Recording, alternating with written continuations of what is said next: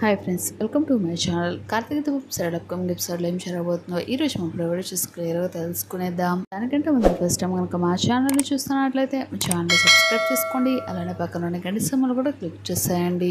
ఇక వీడియోలోకి వదిలినట్లయితే పారిజాతానికి ఫోన్ చేసి జోష్న గురించి నిజాన్ని బయటపెట్టిన దాసు షాక్ లో పారిజాతం ఎందుకు అసలు సీరియల్లో ఈ ట్విస్ట్ ఎలా జరగబోతుంది, నిజంగానే దాసు జోష్న గురించి పారిజాతం ముందు బయట పెట్టనున్నాడా, మరి జోష్న గురించి తెలుసుకున్న పారిజాతం జోష్నని ఏం చేయబోతుంది, మరి అప్కమింగ్ ఎపిసోడ్ లో ట్విస్ట్ కనుక ఎలా జరగబోతుంది మీరు తెలుసుకోవాలి అనుకుంటే ఈ వీడియో నాకు స్కిప్ చేయకుండా అండ్ వరకు చూసేయండి. అప్పుడే మీకు క్లియర్ గా అర్థమవుతుంది. అలానే మా వీడియోని ఇప్పటివరకు కనుక లైక్ చేయనట్లయితే వెంటనే ఒక లైక్ చూసేయండి. సరేనండి, సీరియల్ ఏం జరగబోతే చూసి తెలుసుకుందాం.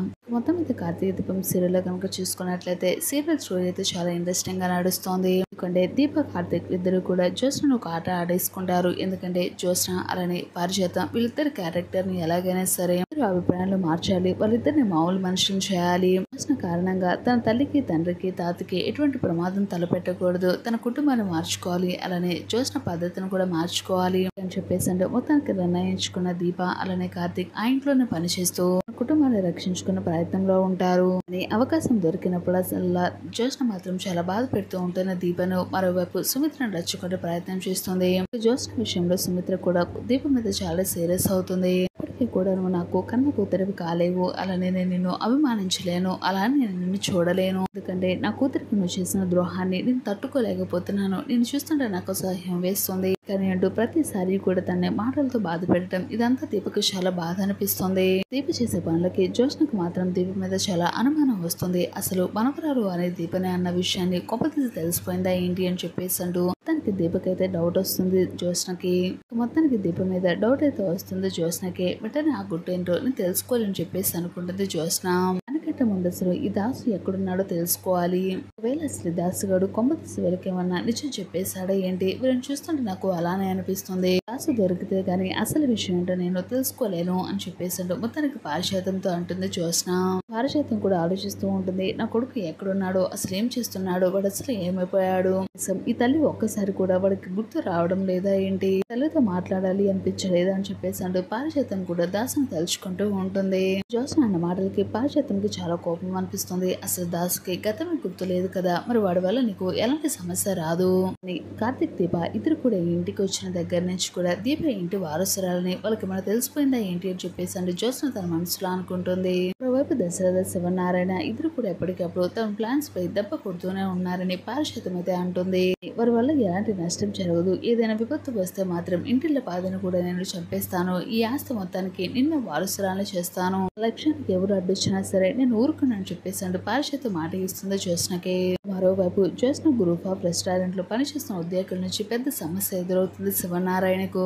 మాకు కొన్నాళ్ళుగా జీతాలు పెంచడం లేదని, బోనసులు ఇవ్వడం లేదని చాలా మండిపడతారు. తమ సమస్యలు వెంటనే పరిష్కరించాలని ఉద్యోగులంతా కూడా శివనారాయణ ఇంటి ముందు వచ్చి ధర్నా చేస్తారు. మా సమస్యలను పరిష్కరించకపోతే మొత్తం మేము 400 మంది ఉద్యోగులతో సహా స్ట్రైక్ చేస్తామని హెచ్చరిస్తారు. కంపెనీ సీఈఓ బాధ్యతలు చేస్తున్న జ్యోత్స్న తమకు జీతాల పెంపు, బోనసులు ఉండవని తేల్చి చెప్పేశారని, కానీ మా డిమాండ్లు పరిష్కరించేస్తే గానీ తిరిగి ఉద్యోగంలో మేము చేద్దామని చెప్పేసి అంటూ హెచ్చరిస్తారు. దాంతో జ్యోత్స్న షాక్ అయిపోతుంది. జ్యోత్స్న మేడం, శివనారాయణ గారు మా సమస్యను పరిష్కరించాలని, ఇచ్చే జీతాలకు మా కుటుంబాన్ని కూడా మేము పోషించలేకపోతున్నామని చెప్పేసి అంటారు ఉద్యోగులంతా.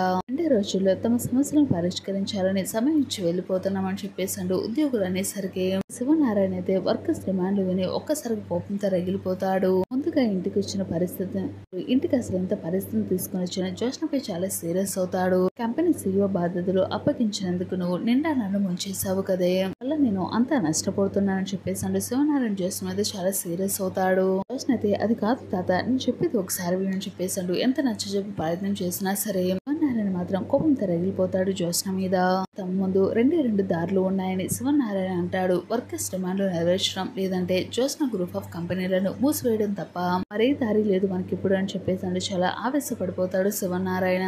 అయితే ఉద్యోగులు వచ్చి తమ డిమాండ్లు చెప్పడం, జ్యోత్స్నపై శివనారాయణ కోపాడటం, ఇవన్నీ కూడా అక్కడే ఉన్న కార్తీక్ అలానే దీప పక్కన ఉండి గమనిస్తూ ఉంటారు. ఇక శివనారాయణ ఆఫీస్ పట్ల, కంపెనీ పట్ల చాలా బాధపడుతూ ఉంటే దీప చూస్తూ ఊరుకోకుండా సమస్యను పరిష్కరించమని కార్తీక్ కోరుకుంటుంది. సాయం చేసినా సరే వారు తీసుకోరు దీప. ఒక డ్రైవర్ సలహా ఇస్తే తీసుకునే స్థాయిలో వాళ్ళు లేరు అని అంటూ దీపకు నచ్చ చెప్పే ప్రయత్నం చేస్తాడు కార్తీక్ అయితే. కానీ దీప కోసం కార్తీక్ అయితే సలహా ఇచ్చేందుకు ఒప్పుకుంటాడు. వెళ్ళి సాయం చేస్తానని తన దగ్గర ఐడియా ఉందని చెప్పేసి అంటాడు. ముందుగా ఉద్యోగులందరినీ పిలిపించమని కార్తీక్ అయితే చెప్తాడు. అయితే కార్తీక్ ఊహించినట్టుగానే డ్రైవర్ గా పనిచేస్తున్న వాడి సలహా మేరకు డ్రైవర్ సలహాలు మాకేమొద్దు అని చెప్పేసి శివనారాయణ కొట్టుపడేస్తాడు. కానీ దశరథ మాత్రం కార్తీక్ ని సలహా ఇచ్చేందుకు అనుమతిస్తాడు. ఎందుకంటే కార్తీక్ క్వాలిఫికేషన్ డ్రైవర్ ఉద్యోగం కాదని, అప్పుడు చూసిన గ్రూప్ ఆఫ్ రెస్టారెంట్ కు సీఈఓగా పనిచేస్తారని గుర్తు చేస్తాడు. కానీ డౌన్ లో ఉన్న సత్యరాజ్ రెస్టారెంట్ ని తన తెలివితేటలతో సిటీలోనే నంబర్ 1 గా మార్చాడని దశరథ చెప్తాడు. ఇలాంటి సమయంలో కార్తీక్ వంటి సలహాలు మనం ఖచ్చితంగా తీసుకోవాలి. చేసిన మాట వినని నాన్న అని చెప్పేసాడు శివనారాయణ రిక్వెస్ట్ చేస్తాడు దశరథ. అయితే ఒకవేళ కార్తీక్ చెప్పిన ఐడియా వర్కౌట్ కాకపోతే ఏం చేయాలని చెప్పేసి అడుగుతారు. జ్యోత్స్నకు అగ్రిమెంట్ ప్రకారం ఇచ్చే డబ్బుల్లో ఇంకో 10% పెంచుకుని అని చెప్పేసి అంటాడు. మరి గెలిస్తే మీరేం ఇస్తారని చెప్పేసి అంటూ దీప శివనారాయణ ప్రశ్నిస్తుంది. ఏది అడిగితే నేను అది ఇస్తానని చెప్పేసి అంటాడు. ఇక కార్తీక్ వెంటనే ఉద్యోగులను పిలిపించి మాట్లాడతాడు. ప్రస్తుతం కంపెనీ నష్టాల్లో ఉంది, అయినా మీరు అనుకున్న దానికంటే మేము ఎక్కువ డబ్బులు ఇస్తాము. కాకపోతే ఇప్పటికిప్పుడు మీ జీతాలు పెంచలేం, కానీ మీకు వడ్డీ లేని రుణాలు ఇస్తాం. అలానే కంపెనీ లాభాల్లో 25% మీకే పంచుతామని నచ్చ చెప్తాడు. ఇక దాంతో అందరూ కూడా అంగీకరిస్తారు. శివనారాయణతో పందెం గెలుస్తాడు. ఇక దాంతో కార్తీక్ మెచ్చుకుంటాడు దశరథ. శివనారాయణ మాత్రం కార్తీక్ మాట్లాడలేదని చెప్పేశాడు. ఇంట్లోకి రమ్మని చెప్పి వెళ్ళిపోతాడు. సరే అని చెప్పేసాడు. అందరూ కూడా ఇంట్లోకి వెళ్తారు. ఇక మరోవైపు పారిజాతంకి ఫోన్ కాల్ వస్తుంది. ఇక బయటకు వచ్చి మాట్లాడుతుంది. ఇక ఎవరూ కాదు, కార్తీక్ వాళ్ళ నాన్న ఫోన్ చేసి మాట్లాడతాడు. అక్కడ సమస్య మొదలైందా, ప్రాబ్లం సాల్వ్ అయిపోయిందని చెప్పేసి అంటూ అడుగుతూ ఉంటాడు. ఈ విషయాలని నీకు ఎలా తెలుసు అని చెప్పి అడిగేసరికి అక్కడ కూడా మా మనుషులు ఉంటారులే అని మాకు తెలుస్తారని చెప్పేసి అంటాడు. సర్లే కొడుకు ఉన్నాడుగా, ఎంతటి ప్రాబ్లం అయినా సరే సాల్వ్ చేసేస్తాడని చెప్పేసి అంటూ ఫోన్ కట్టేసి వచ్చేస్తూ ఉంటుంది. ఇలా పారిజాతం వచ్చేస్తుంటే ఇంతలో మరో ఫోన్ కాల్ వస్తుంది. మళ్ళీ శ్రీధరే కాల్ చేస్తుంటాడన్న కోపంతో ఒక్కసారి ఫోన్ లిఫ్ట్ చేసిన పారిజాతం కోపంతో ఎన్నిసార్లు చెప్పాలరా, కాల్ ఎందుకు చేస్తున్నావు, మాట్లాడేంత ఓపిక నాకు లేదు అని చెప్పేసి అంటూ అరుస్తుంది. ఇంతలో దాసు అయితే అమ్మ నేను దాసుని అని చెప్పేసి అంటాడు. పారిజాతం ఒక్కసారిగా షాక్ అయిపోతుంది. నన్ను దాసు నువ్వారా, అసలు ఏమైపోయావురా, సో ఈ అమ్మ గుర్తుందా, ఈ అమ్మతో మాట్లాడాలని అసలు నీకు అనిపించలేదా, అసలు నాకు ఒక్క మాట కూడా చెప్పకుండా నువ్వు నీ అంతటి అసలు ఎక్కడికి వెళ్ళిపోయావురా, కోసం మీ కన్న తల్లి ఎంత పరితపిస్తుందో నీకు తెలియదు అని చెప్పేసి అంటూ పారిజాతం చాలా బాధపడుతూ ఉంటుంది.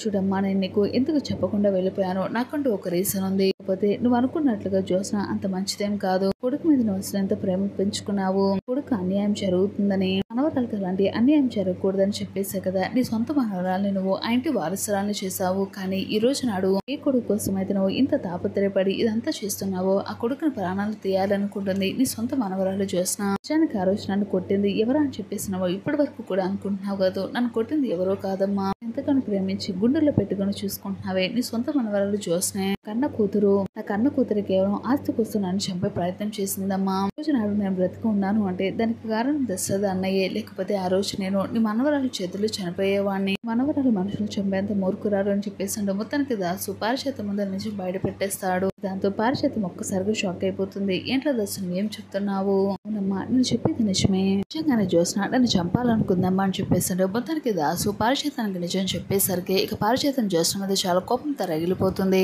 తర్వాత మరోవైపు శివనారాయణ కార్తీక్ ను లోపలికి తీసుకుని వెళ్తావు. సరే అనుకున్నట్టుగా పందెంలో నువ్వే గెలిచావు కాబట్టి మీరేం చెప్తే నేను చేస్తానని మాట ఇచ్చాను, మరేం చేయమంటారని చెప్పేసాడు. శివనారాయణ అడిగేసరికి మా అత్తయ్యని మీరు ఒకసారి కన్న కూతురుగా దగ్గరికి తీసుకోవాలి, ఇంటికి తిరిగి తీసుకురావాలని చెప్పేసాడు. దీప అడిగేసరికి శివనారాయణ ఒక్కసారిగా షాక్ అయిపోతాడు. దాంతో తన నిర్ణయాన్ని చెప్పేసరికి దశరథ చాలా సంతోషిస్తాడు. నువ్వు అసలు మంచి కోరికే కోరుకున్నావమ్మా, చెల్లెలు నేను ఇంటికి తీసుకురావాలని ఎప్పటి నుంచో ఆశపడ్డాను, ఈ రోజు నీ కారణంగా ఇలా జరుగుతుందని చెప్పేసాడు. దశరథ చాలా ఆనందపడతాడు. ఇక పందెంలో కార్తీక్ గెలిచినందుకు చేసేదేమీ లేక మొత్తానికి శివనారాయణ అంగీకరిస్తాడు. ఇక దాంతో కాంచన ఇంటికి వచ్చే ప్రయత్నం చేస్తుంది. మరోవైపు జ్యోత్స్న గురించి నిజం తెలుసుకున్న పారిజాతం జ్యోత్స్న మీద కోపంతో రగిలిపోతుంది. నిజం తెలుసుకున్న పారిజాతం జ్యోత్స్నని ఏం చేయబోతుంది, ఎపిసోడ్ అయితే ఖచ్చితంగా ట్విస్ట్ అయితే ఉండబోతుంది.